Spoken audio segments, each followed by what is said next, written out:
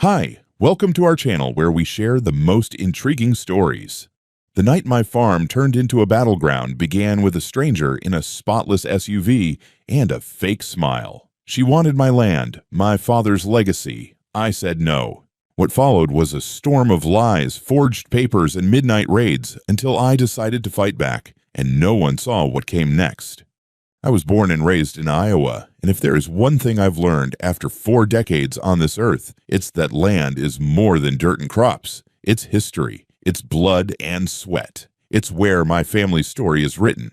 My name is Jarrett Hall, and I own 120 acres of cornfields, pastures, and woodland that my father left me when he passed. Over the years, I expanded the property, buying 3 adjoining parcels with every dollar I scraped together. This land is mine, legally, morally, and in every way that matters, and I protect it like a soldier guards his post. Maybe that comes from my time in the National Guard, or maybe it's just how farmers are wired. Either way, I don't tolerate anyone messing with my property. Life on the farm is never quiet in the literal sense. Tractors groan, the grain dryer hums, and the occasional coyote yips from the tree line. But it's peaceful. At least, it used to be. That peace cracked like thin ice the day I met Karen James. She rolled up my driveway in a spotless white SUV, wearing beige slacks, an immaculate blouse, and sunglasses so big they could double as welding goggles. In her hands, she carried a leather binder stuffed with documents, like she was about to pitch me a deal I couldn't refuse. Spoiler alert,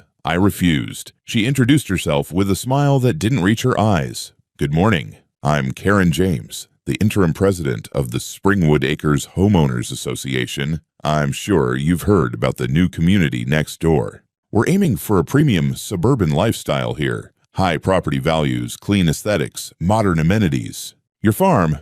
Well, it's a bit of an eyesore. I leaned against my truck and crossed my arms, letting her words hang in the air like the smell of diesel after a hard plow. Eyesore. This land feeds half the county when the season is good. I'm not moving a damn cornstalk for some suburban fantasy. Karen didn't blink. She flipped open her binder and pointed at a map. We're interested in buying the eastern slope of your property, the area near the creek. It would make a perfect communal park. We can offer you a generous sum. Her tone was polite, but it had that undertone of entitlement I've come to recognize. I shook my head. Not for sale. Not now. Not ever. This farm isn't just a business. It's my father's legacy. My answer is no. Her lips tightened into a thin line, as though she'd bitten into a sour lemon. You might want to reconsider. Developments like ours tend to bring changes. People like having quiet surroundings, not the noise of tractors or the smell of fertilizer. I let out a low laugh. Karen, I was here long before Springwood Acres. You can put all the beige vinyl siding in the world next door, but this is my land. End of story. She closed her binder with a snap. We'll see about that. That night, as I walked my fields to check the irrigation lines, I spotted the white SUV parked near the property line. Its headlights were off, but I could see the faint glow of a phone screen. Karen was taking photos, probably trying to document something she could call a violation. I didn't bother confronting her. Let her waste her time. But something about that scene, her prowling like a cat with a grudge, told me this wasn't the last I'd see of her. The first time the cops showed up on my property, I thought it was some kind of mix-up. It was early morning, just after sunrise, and I was out by the barn checking on the grain dryer when a patrol car pulled up the gravel drive, crunching over the stones like it owned the place. 2 officers stepped out, both wearing sunglasses and that stiff stance that says, "We're here for business." "Mr. Hall," the taller one asked, "we got a call about possible illegal hunting on this property. Something about shots fired at ducks." I wiped the dust off my hands and stared at them. "Illegal hunting? I don't even own a duck call, officer. Haven't fired a gun all week." "What's this about?" The second officer, younger and quieter, scanned the field like he expected to find a pile of dead birds. "We just have to check. A complaint came in from Springwood Acres." Ah, there it was. I kept my tone calm. "You're welcome to look around, but this is private land. I'm not hunting, and I don't appreciate false reports." They spent 10 minutes strolling around before shrugging and leaving. No apology offered. I thought maybe that would be the end of it. But I was wrong. 3 days later, another patrol car, same driveway, same crunch of gravel. This time, the complaint was about strong chemical smells, supposedly fertilizer fumes drifting into the new development. I laughed right in their faces. Chemical smells? I haven't spread a single ounce of fertilizer this week. Somebody's feeding you garbage. The younger officer gave me a look that said even he didn't believe the nonsense he was spouting. But they still wrote something down on a clipboard before leaving. That's when I started getting suspicious. The calls didn't stop. Within 2 weeks, I had cops showing up like clockwork, each time with a different complaint. One day it was noise complaints about my tractor supposedly running at midnight, never mind the fact that I was asleep by 10. Another day it was reports of aggressive behavior and weapons. That one really set my blood boiling. I stood on my porch, arms crossed, and asked them, "Do I look like I'm brandishing weapons? Or does Karen next door have you on speed dial?" By now, I recognized the two officers. The tall one introduced himself as Sergeant Julio Barrero, and the younger one was Patrolman Shane Del Rey. Neither of them was rude exactly, but the smirk on Barrero's face told me he wasn't taking this seriously. "We just respond to calls, sir," he said with a shrug, as if that excused the harassment. On their 7th visit, I'd had enough. I stood by the gate with my boots planted firm and said, "Sergeant, you can tell your friend Karen, or whoever's calling you, that I know what's going on. If I see another false report on my doorstep, I'll be filing my own complaint. This is harassment." Barrero gave me that same lazy grin. "We just do our job." "Yeah?" I shot back. "Well, maybe do your job by figuring out who's wasting your time with fake calls." After they left, I checked the footage from my security cameras. Sure enough, Karen's white SUV had passed my gate earlier that morning, creeping by, slow as molasses. She wasn't even subtle about it. That night, I wrote down every single visit I'd had from those officers, dates, times, reasons, and saved every scrap of video from my cameras. If she wanted a fight, I was ready to give her one. By the time the 10th police cruiser rolled down my driveway in less than a month, I knew I was done playing nice. I was sitting on the porch with my coffee, watching the corn sway in the breeze, when I saw the familiar dust cloud from the gravel road. Same patrol car, same two faces. This time, Barrero tried to keep a straight expression, but I could see a twitch of irritation in his jaw. Even he had to know this was ridiculous. The complaint du jour. Suspicious behavior near the barn. I nearly spit out my coffee. "Suspicious behavior? What am I, running a meth lab in there?" I barked, crossing my arms. "This is a barn, Sergeant. You see anything suspicious?" "It's probably just me shoveling feed." Shane Del Rey glanced at the barn and then back at me, clearly uncomfortable. "We just have to follow up, Mr. Hall." "Yeah, I bet you do," I said, my voice sharp as a combine blade. "You can tell your cousin, or aunt, or whatever she is, that if I see you on this property again for something this stupid, I'll be filing harassment charges. I know exactly who's behind this." That earned me a blank look, but neither of them said a word. They left faster than usual, and I figured that was my sign. Enough was enough. I grabbed my truck keys, threw on a clean shirt, and drove straight to the sheriff's department in town. I wasn't about to sit back while Karen and her HOA stooges used the local PD as their personal attack dogs. The sheriff's office was a squat brick building next to the courthouse, with a parking lot full of pickups and old Crown Vics. Inside, the place smelled like burnt coffee and cheap aftershave. Sheriff Tate himself was at the front desk, leaning over a stack of paperwork. He's a big guy with gray hair, the kind who looks like he's seen every kind of trouble this county can throw at him. I walked right up to his desk. "Sheriff, we need to talk," I said. "It's about your men, Barrero and Del Rey. They've been out to my property 10 times this month on bogus calls from Springwood Acres. I've had it." He looked up, squinting at me. "Jarrett Hall, right? The farm out on County Line Road." "That's me," I said, setting a folder down on his desk. I'd spent the last couple of nights compiling a neat stack of printed logs, security camera snapshots, and timestamps. Every visit, every reason. You can see for yourself how ridiculous this is. Last week, they claimed I was running my tractor at midnight. "Sheriff, my tractor battery was disconnected. Want me to show you the footage?" Tate flipped through the papers, his brow furrowing. "All these calls came from the same number? I'd bet my best harvester it's Karen James, that HOA queen over at Springwood. She's been trying to buy out my land for weeks. I told her no, so now she's trying to harass me into selling." He leaned back in his chair, tapping his pen against the folder. "Barrero. That name's familiar. Isn't he related to a James?" cousin, I said flatly. You seeing the picture here? The sheriff didn't say anything right away, but I caught a subtle glance at his deputy, who was pretending to sort papers by the copier. There was a tension in the room I didn't like. I'll look into this, Tate said finally, voice low. But I can't take sides without evidence. I pointed at the folder. You've got evidence right there. 10 calls in 30 days. All fake. You want more? I've got video of Karen driving past my gate every time a complaint comes in. And now she's pulling other stunts. His eyebrows lifted. Other stunts. She left a sign on my property yesterday, I said, pulling out my phone and showing him the photo I'd taken. The sign was a cheap metal job, hammered into the dirt near my front gate. It read, Land under review for community zoning, Springwood Acres Development Project. It was stamped with some fake official seal. She doesn't have the right to post this. She's trespassing, and she's pretending my farm is under some zoning review. Tate studied the photo, his mouth tightening. That's not a good look. We sure as hell didn't authorize that. Damn right you didn't. And I called the county zoning board this morning. Nobody there had a clue about it. They were shocked. I got a written statement confirming they've never touched my land. The sheriff rubbed the bridge of his nose. All right, Jarrett.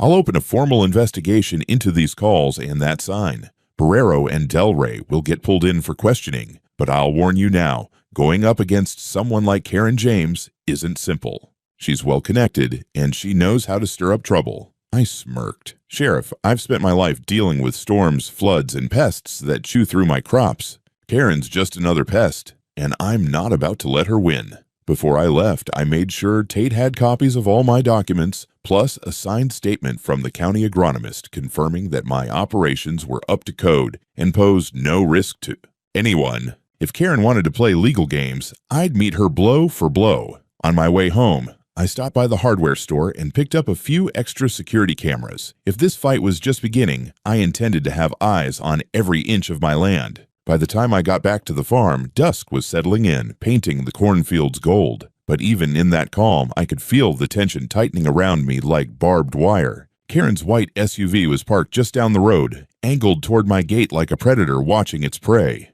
I didn't bother confronting her this time. I just raised my phone, snapped a photo of her plates, and walked inside with a grin. Let her know I was done being polite. The next morning started with an omen. I stepped out onto my porch, coffee in hand, and saw that the main gate at the end of my driveway was hanging open, the padlock lying busted on the gravel. For a second, I thought maybe one of my brothers had dropped by early to haul some equipment, but then I spotted the tire tracks. Deep ruts from an off-road vehicle cut across my drive and into the lower field. I followed them with a slow, simmering rage. The tracks went right up to my fertilizer shed, and sure enough, the door latch had been pried open. 2 sacks of fertilizer were missing. I stood there, staring at the damage, the early sun glinting off the busted hinge. This wasn't just harassment anymore, this was trespassing and theft. I walked back to the house, every step heavy, and grabbed my phone. The sheriff's office got another call from me, this time with no polite tone. I demanded a deputy come out to document the damage. While I waited, I pulled footage from my security cameras. The grainy nighttime video showed a tall man in a dark hoodie and baseball cap sneaking around the gate, cutting the chain, and driving a silver pickup onto my land. The plates were too blurry, but I had a damn good guess about who was behind it. When the deputy, a guy named Harlan, arrived, I showed him the footage and walked him through the damage. He frowned and shook his head. Looks like someone's targeting you, Jarrett. Any idea who? Yeah, I got a name, I said, pointing toward the white roofs of Springwood Acres just beyond my fields. Karen James. If it's not her directly, it's one of her pet goons. And I'm done being nice about it. Harlan raised an eyebrow but didn't argue. He took photos, filed a report, and promised to pass it to Sheriff Tate. Before leaving, he muttered, "You might want to consider hiring private security if this keeps up." Some folks don't take no for an answer. By noon, the day had gone from bad to worse. A thick envelope arrived in my mailbox marked with the county zoning department's logo. Inside was a formal notice of investigation into environmental and agricultural violations. According to the letter, someone had filed multiple complaints about harmful chemical runoff, uncontrolled manure storage, and even noise violations. I knew immediately who had filed them. It stank of HOA nonsense. I called the zoning office directly. The woman on the other end sounded exasperated. "Mr. Hall, we've been getting a flood of complaints from a group calling themselves the Springwood HOA Committee. They've submitted photographs, maps, and written statements claiming your farm is violating environmental codes." "Did you bother checking if any of it was real?" I asked, my voice sharp enough to cut through the static. She sighed. "We're obligated to investigate when we receive this volume of reports, but between you and me, it looks suspicious. The paperwork all comes from the same fax number." "Karen's number?" I asked. There was a pause. "I can't confirm that officially, but yes." I hung up and immediately started building my counterattack. I printed out the zoning notice, stapled it to my growing evidence file, and called the county agronomist, who had inspected my farm just a few months ago. He agreed to draft a formal statement verifying that my operations were within all environmental standards. It was time to stop letting Karen dictate the game. Around 4 in the afternoon, another patrol car rolled up my driveway. I recognized the plate before I even saw the faces. Barrero and Del Rey again. I could practically hear my blood pressure spike. "Mr. Hall," Barrero said, stepping out with his usual half-smirk. "We got a complaint about loud machinery running late at night again." I didn't even let him finish. "You got any proof of that? Or is Karen still feeding you garbage?" Del Rey looked uneasy. Barrero just shrugged. "We just respond to calls." "Well, respond to this," I said, pointing at the camera above my barn. "That thing records 24/7. No machines ran after dark. You want to watch a whole night of crickets and the moon? Be my guest." Barrero's smirk faded just a little. "There's no need for hostility, sir." I stepped closer, my boots grinding on the gravel. "There's no need for you to keep harassing me either, Sergeant. I've already filed a complaint with Sheriff Tate. Keep this up, and you're the one who's going to find himself under review." For a moment, the air was tense enough to snap. Then Del Rey muttered something to Barrero, and they both left without another word. I watched their cruiser disappear down the road and felt a grim satisfaction. They were starting to realize I wasn't going to roll over. That evening, I sat down at my kitchen table and began drafting a formal statement of my own. I detailed every false complaint, every trespass, every single suspicious move Karen had made. I attached photos of the broken gate, screenshots from my security cameras, and even phone records showing calls to the sheriff's office right after her SUV passed by my property. By the time I finished, I had a small arsenal of evidence ready to go. Before heading to bed, I took one last walk around the property. The air was cool, carrying the faint scent of corn pollen and cut grass. I checked each camera, each lock, every gate. As I turned to head back to the house, I caught a flash of headlights down the road. Karen's SUV again parked just outside my fence line. I raised my phone, took a photo, and waved at her with a smile that wasn't friendly. This was turning into a shadow war, and I was done being the target. By the time the week ended, I wasn't the only one tired of this circus. Sheriff Tate called me personally on Monday morning, which was a surprise in itself. He's not the kind of man who wastes time on chit-chat. "Jarrett," he said, his voice gravelly through the receiver, "we've got a problem. And I think you're right about who's stirring the pot. Can you come down to the station this afternoon?" I didn't need asking twice. I gathered my folder of evidence, now thick as a book, and drove into town. Tate met me in his office, leaning against his desk with that look lawmen get when they're halfway between pissed and embarrassed. "We've pulled the call logs from the past month," he said. "Almost every complaint about your property came from the same number. It's registered to the Springwood HOA Committee, but the caller ID traces back to a private phone belonging to a Karen James." I couldn't help but grin. "Well, color me shocked." He chuckled under his breath. "We also looked at patrol records. Barrero and Del Rey never filed proper incident reports for half their visits to your farm. That's not just sloppy, that's suspicious. You're not wrong to think they've been doing Karen a favor." "Doing her a favor?" I said. "Sheriff, that's abuse of authority. She's using your guys like her personal bouncers." Tate nodded slowly. "We're opening an internal investigation. Barrero and Del Rey have been suspended from responding to any calls involving your property until we get to the bottom of this." It felt good to hear those words, but I knew Karen wouldn't just back off because her puppets got their strings cut. I told Tate about the fake zoning notice and the vandalism on my gate. His eyes narrowed as I laid out the photos and video clips. "We'll get the county prosecutor involved," he said.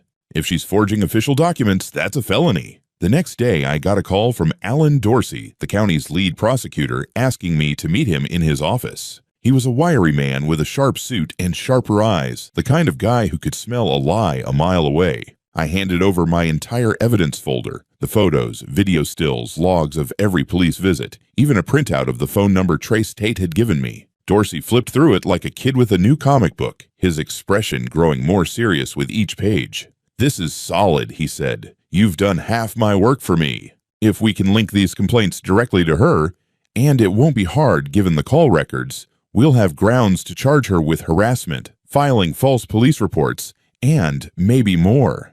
"Good," I said, "because I'm done being polite. She's crossed every line there is."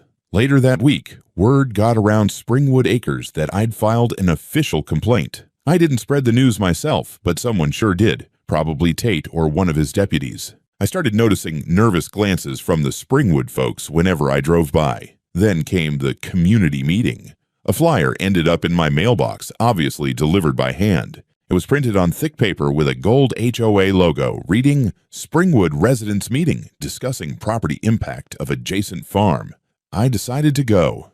Hell, if they were going to sit around gossiping about me, they could at least do it to my face. The meeting was held in their shiny new clubhouse, a building that looked like it had been dropped straight out of a real estate brochure. Inside, everything was beige and sterile, with a smell like artificial citrus cleaner. About 20 people sat in folding chairs, and up front was Karen, dressed in another one of her cream-colored outfits, clutching a stack of papers. The second I walked in, the room went quiet, like someone had pulled the plug on their little pep rally. "Mr. Hall," Karen said, forcing a smile. "I wasn't expecting you." "Good," I said, taking a seat in the front row. "Then this'll be fun." She launched into some rehearsed speech about community integrity and protecting property values.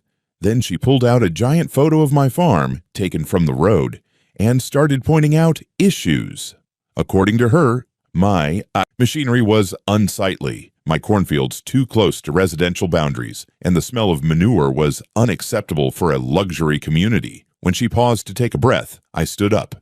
"Let me get this straight. You move in next to a farm that's been here for generations, and now you think you get to rewrite the rules because your nose doesn't like the smell of cows. Lady, you bought property next to a working farm.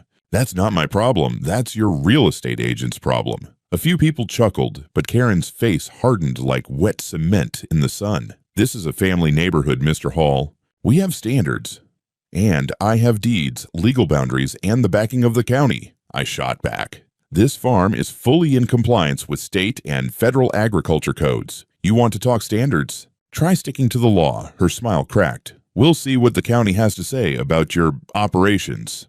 I smiled right back, but mine was colder. "Oh, they've already said plenty. In fact, the county prosecutor is looking into some interesting phone records. Maybe you should start preparing for that conversation." The room went quiet. Karen's eyes darted around like she'd just realized the room wasn't full of allies anymore. Some of the residents were staring at her with confusion, or worse, doubt. I tipped my hat and left, letting that silence hang like a hammer. I knew Karen wouldn't take the public humiliation at that HOA meeting lightly, but I didn't expect her next move to come in the dead of night. It was just after 2 in the morning when my security app buzzed me awake. At first, I thought it was just a deer wandering near the fence, but when I opened the live camera feed, my stomach tightened. 2 figures in uniforms were at my front gate, crouched by the lock. The infrared camera picked up the gleam of bolt cutters. I grabbed my boots and shotgun, unloaded, but I wasn't taking chances, and stepped out onto the porch. The crunch of gravel under my steps must have alerted them, because one of the men froze mid-cut, glancing over his shoulder. Even in the dim glow of the security light, I recognized the taller silhouette, Sergeant Barrero. And standing next to him was Shane Del Rey. "Evening, gentlemen," I called out, voice carrying across the yard like a whip crack. Or should I say morning? "You care to explain why you're trying to break my damn gate?" They both stiffened, but Barrero tried to play it off. "Mr. Hall, we're here for an inspection. We had a call about hazardous materials being stored improperly."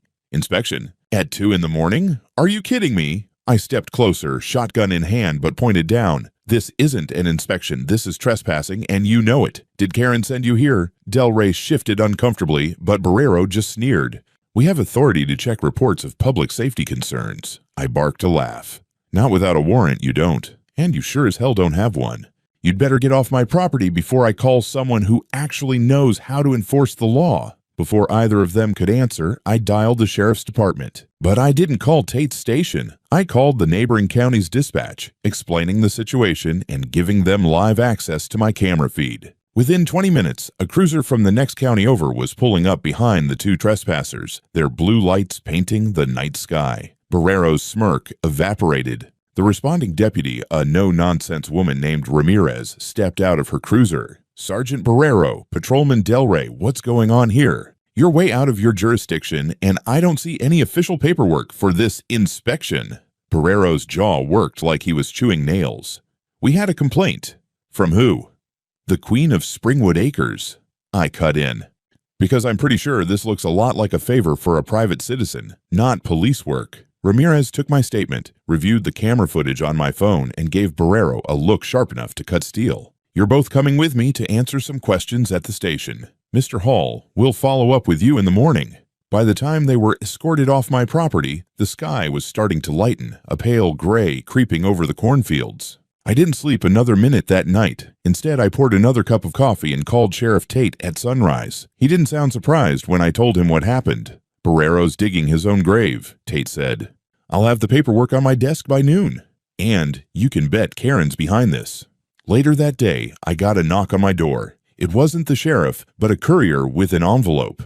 Inside was a set of documents printed on fancy letterhead, claiming my farm was part of a community development inspection plan. It looked official at first glance. Stamps, signatures, the whole 9 yards. But the closer I looked, the faker it appeared. One of the signatures belonged to someone I knew personally, a zoning officer named Lester Dunn. I called Lester right away. "Jarrett," he said, sounding bewildered. "I never signed anything like that. Those documents are bogus." "Where did you get them?" "From Karen, most likely," I said, my patience burning thin. "She's not just calling cops on me now. She's forging government paperwork." I scanned every page and sent them straight to the county prosecutor, who called me back within the hour.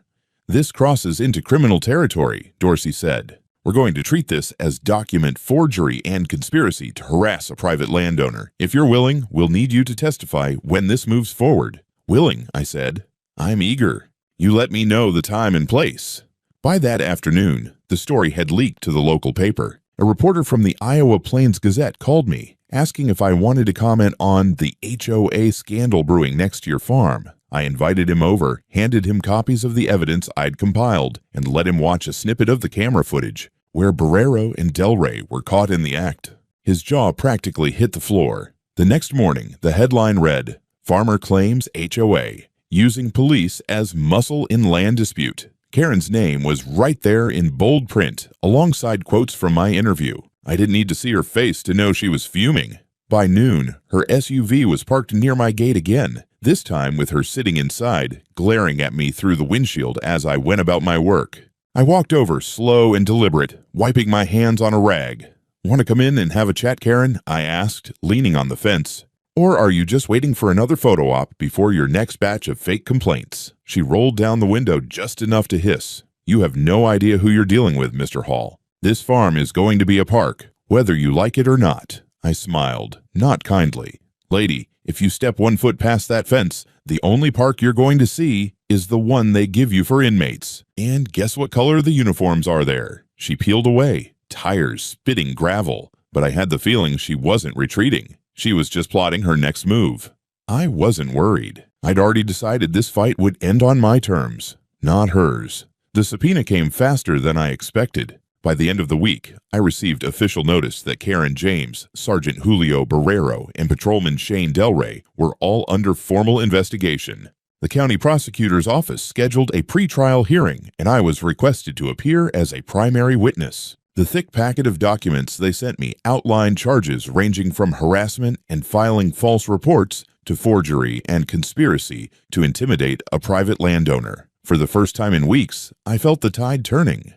The courthouse was an old brick building, weathered by 100 winters, but solid as the day it was built. On the morning of the hearing, I parked my truck by the side lot, grabbed my folder of evidence, and walked inside like I owned the place. My lawyer, Edna Carver, was waiting for me in the lobby. She was a firecracker of a woman, barely 5 feet tall, but with a presence that could make a grown man step aside. She glanced at my flannel shirt and jeans and smirked. Perfect. You look exactly like what you are, a hard-working farmer who doesn't take crap from anyone. Just stick to the truth and let me do the slicing. Inside the courtroom, Karen sat at the defense table, dressed in a pristine cream-colored suit that probably cost more than my tractor's last engine overhaul. Beside her was some slick attorney with a silver tie and a permanent smirk. Barrero and Del Rey sat behind her, looking far less confident than usual. The judge, a stern woman named Abigail Rollins, entered and the room rose to its feet.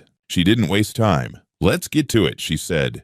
"We're here to review the validity of the complaints filed against Mr. Jarrett Hall and to determine whether criminal charges should proceed against Ms. James and her associates." Edna stood first, her voice as sharp as barbed wire. "Your Honor, my client is a private landowner whose rights have been trampled repeatedly. We have evidence that Ms. James orchestrated a campaign of harassment, using false police reports and even going so far as to forge official documents to pressure Mr. Hall into relinquishing part of his land." The judge turned to Karen's attorney. "Mr. Keller, is this true?" Keller gave a smooth smile. "Your Honor, my client was merely acting in the best interest of her community. She had concerns about environmental hazards and noise violations. Any complaints made were out of caution, not malice." That was my cue. Edna called me to the stand. I sat down, swore the oath, and placed my folder on my lap. She began by walking me through the timeline of events, from Karen's first visit with her fake smile and offers to the endless stream of false complaints. I laid it out plainly. No fluff. When she handed me the forged zoning notice, I held it up for the judge to see. "This was nailed to my gate, Your Honor. It has the county's seal, but the zoning office confirmed they never issued it. That's not caution. That's fraud." Karen's face tightened, her jaw clenching like she was chewing glass. Keller tried to interrupt, but Judge Rollins held up a hand. "Mr. Hall, do you have proof of these police calls?" "Yes, ma'am," I said, pulling out the printed logs. "Every call, every time Sergeant Barrero and Patrolman Del Rey showed up on my property without any legitimate reason. 10 visits in 30 days, all traced back to Ms. James's number." Edna handed over security camera footage showing Barrero and Del Rey trying to cut my gate lock at 2 in the morning. The judge's eyebrows shot up. "Gentlemen, care to explain why you were on this man's property in the middle of the night?" Barrero shifted in his seat. "We were responding to a report." "Without a warrant," the judge snapped. "This isn't just irregular, this is illegal." Del Rey lowered his head, saying nothing. I almost felt sorry for him. Almost. Karen's attorney tried to salvage what was left. "Your Honor, I must object to the characterization of my client as a malicious actor. She simply—" The judge cut him off like a knife through cornstalks. "Mr. Keller, your client is facing evidence of forged documents and harassment. If you want to argue, do it with facts, not spin." The pretrial hearing lasted 3 hours, and by the end the judge ruled that there was enough evidence to proceed with full criminal charges. Karen looked like someone had just dropped a bucket of ice water over her head. Barrero's smirk was long gone, replaced by a grimace that said he knew his career was finished. After the session, Edna and I stepped outside into the sharp afternoon air. "We've got them," she said, almost smiling. "The next step is the formal trial, but with the evidence we have, this isn't going to take long. James will fold, or she'll burn in front of the jury." As we walked down the courthouse steps, I spotted a few reporters waiting with cameras. One of them shouted, "Mr. Hall, any comment on the Springwood HOA scandal?" I paused for just a second and said, "Sometimes the biggest weeds grow in the fanciest gardens." That line made the evening news. The trial didn't drag on like I feared it might. With the evidence piled high and the press circling like hawks, the county prosecutor pushed for a quick resolution. Over the next 2 weeks, witness after witness took the stand. Deputies confirmed the suspicious calls. Zoning officers testified about the forged documents, and even one of Karen's so-called friends from Springwood Acres turned on her, admitting she'd pressured them to lie about my farm. Watching her carefully constructed image unravel was like seeing a silk scarf catch fire, slow at first, then gone in a flash. On the final day of the trial, I sat at the plaintiff's table in my best flannel and freshly shined boots, listening as Judge Rollins delivered the verdict. "Karen James," she said, her tone flat and uncompromising. this court finds you guilty of filing false police reports, forging government documents, harassment, and conspiracy to abuse public authority. You are sentenced to 9 years in state prison with no parole for the first 3. Additionally, restitution is to be paid to Mr. Jared Hall in the amount of $120,000 for legal fees, security costs, and damages. I didn't smile. Not yet. I just looked at Karen, who sat pale and trembling, her cream-colored suit looking more like a costume than armor now. When the officers cuffed her and led her out of the courtroom, I felt no pity. She'd spent months trying to take my land, my peace, and my dignity. She got exactly what she earned. Barrero and Del Rey weren't far behind her. The judge addressed them next, her voice slicing through the hushed courtroom. Sergeant Barrero, you are hereby stripped of your rank and sentenced to 6 years in federal prison for abuse of power and falsification of records. Patrolman Del Rey, your cooperation during the investigation has been noted, but your actions were still illegal. You are sentenced to 4 years of probation, community service, and a permanent ban from law enforcement. Del Rey looked like he might cry. Barrero just stared straight ahead, jaw clenched, his career gone in a puff of smoke. After the gavel came down, the courthouse erupted in murmurs. Reporters swarmed outside, cameras flashing, headlines already forming in their minds. I gave one statement before heading back to the farm. I'm just glad the truth came out. Nobody should have to fight this hard just to live in peace on their own land. That quote ended up plastered all over the evening news, alongside pictures of my cornfields swaying in the wind. Springwood Acres didn't take the blow well. Without Karen's iron grip, the HOA fractured like brittle wood. Half the residents wanted nothing to do with her schemes now that they saw where her arrogance led. The other half scrambled to cover their own involvement, but the county prosecutor wasn't interested in playing witch hunts. By the time the dust settled, the HOA had formally dissolved, its funds drained by legal fees and refunds to angry homeowners. The big luxury community that Karen bragged about was just another row of overpriced houses with no queen bee to boss them around. As for me, I took the money from the restitution and put it to good use. New reinforced gates, top-of-the-line cameras, motion sensor lights. My farm was now locked down tighter than a military base. I even hired a small independent security firm to patrol the perimeter a couple of times a week, just in case some other entitled fool got any bright ideas. One afternoon, a few days after the trial ended, I stood by the eastern slope, the piece of land Karen had tried so hard to steal, and looked out over the fields. The corn was tall and green, the breeze carrying that sweet summer smell that only farmers really understand. For the first time in months, I felt at peace. No flashing patrol lights in my driveway, no bogus complaints, no one pounding at my gates pretending they had authority. Just me, the land, and the hum of cicadas. The local paper, the Iowa Plains Gazette, ran a front-page story titled, "Farmer Stands His Ground, HOA Queen Falls." They even printed a photo of me leaning on my truck, arms crossed, with the headline, "The Man Who Beat Springwood." I didn't ask for the fame, but I'll admit, seeing Karen's downfall in black and white print was a satisfying reminder that standing your ground pays off. A few weeks later, Sheriff Tate stopped by. He parked his cruiser by the barn and joined me on the porch for a beer. "You know," he said, looking out at the fields, "most folks would have folded when someone like Karen turned up the heat. You didn't." I shrugged. "This land isn't just dirt. It's my father's sweat and my future. Nobody, not Karen, not a bunch of HOA wannabes, gets to bully me off my own ground." Tate raised his bottle. To holding the line. We clinked bottles, and I felt that strange mix of relief and resolve settle in my chest. I'd fought hard for this place. I'd won. And anyone who thought they could come after me again had better learn the story of Karen James first. A week later, I put up a new sign on the main gate. It read, in big bold letters, "Private property, no trespassing. If you're here because Karen told you to, turn around now." It wasn't just a joke. It was a warning. Around here, people knew my farm wasn't a place you messed with anymore. Not unless you wanted to end up like the Springwood Queen herself, dethroned, defeated, and wearing an orange jumpsuit.